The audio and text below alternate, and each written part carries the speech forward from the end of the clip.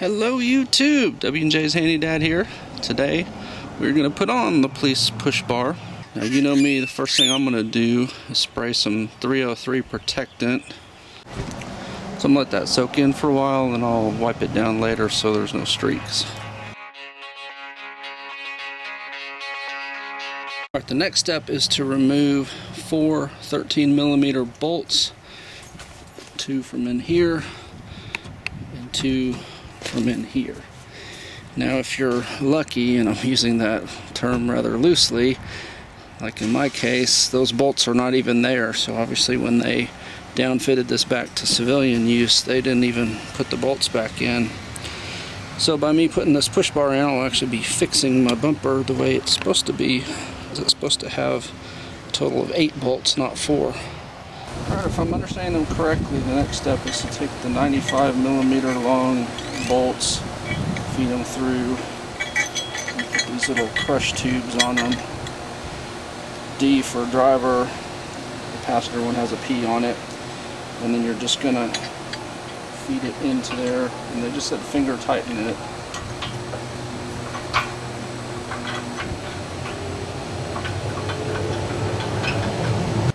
They're wanting 30 inches basically from edge to edge there, and 12 inches there. So it looks like these have to move. Not that they really can. And the next step is to take 2 of the bolts there, bracket. Start by finger tightening so this doesn't fall.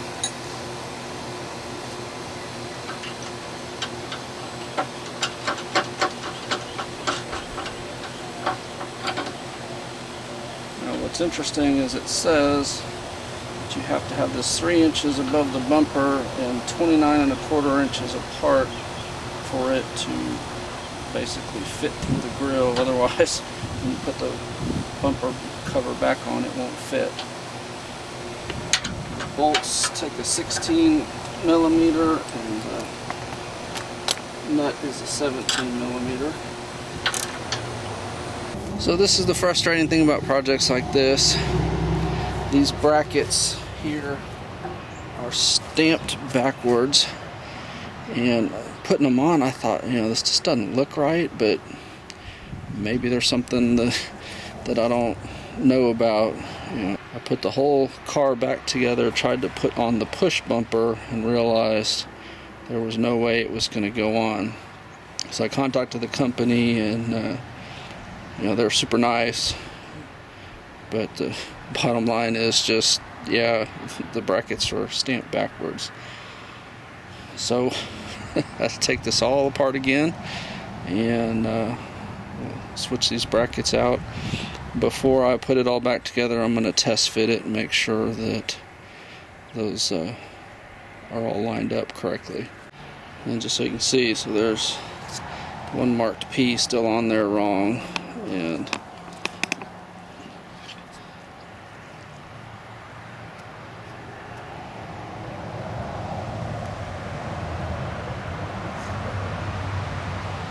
can see it's marked D, but it's actually the passenger one. And that one is marked P, but it's the driver one. So we'll just switch them. So regardless of what yours are stamped, P or D, this is what they need to look like when you put them on. So my bottom brackets are marked correctly. That one says P, that one says D, but the upper brackets are flip-flopped. So the P is actually the D is actually the P. Now I'm going to test fit it before I do anything else, because I don't want to have to take this bumper cover off again. So here's my very rough test fit, and now it is working. I should have trusted my instincts before I put everything back together, but I thought, well, maybe there's some reason why they point outward instead of straight out. But it appears to all be working correctly now. So you see basically the mounting brackets are all going to be inside the push bumper, whereas before, with them incorrect, the upper ones were going to be on the outside of the push bumper, which really looked weird. Now it's pull this push bumper back off, put the bumper cover back on. So you know me, I can't just leave things the way they were. I had to paint this black. So these brackets are also mismarked. You see the P has to go on the driver's side, and vice versa. These brackets are supposed to go with this flange facing up. That's how I knew that they were mismarked. And these are also stamped wrong because it says that this is supposed to be pointing down. This says D, but if you put this on the driver's side, obviously if the push bumper is supposed to mount to it here, and this is on the inside, so this is actually going to be the passenger side. The P on it is actually the driver's side.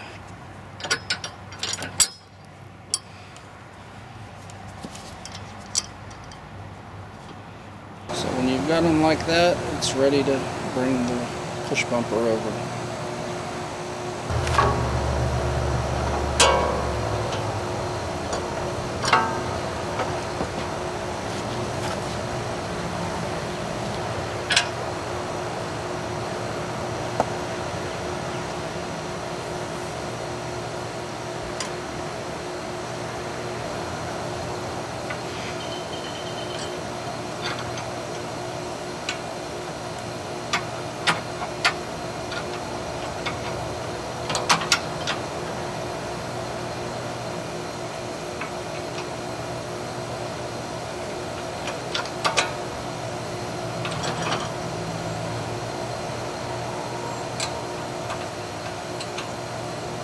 So you see I have it on now, everything is just loose, and that is so that I can make final adjustments before torquing everything down. You want it to look like it's centered and level and everything, so you just may take some playing around with the bolts. Thankfully the brackets give you a little bit of free play so that you can move things around. Just see from straight on it's pretty close, but it probably needs a little bit of fidgeting with to get it right. Alright, it's done. Just take your time, tighten them up. There are 6 bolts with the Allen key on them to tighten up, and then there's the 8 that are regular bolts. So you got 2 there, 2 there, 2 there, and 2 there, and then the Allen ones are there, 1 under there, 1 under there, 2 there. That's what it looks like from the front view. I hope this video was helpful. If it was, I'd appreciate a thumbs up. Subscribe if you're not already a subscriber, and please tell your friends about my channel. Thank you very much.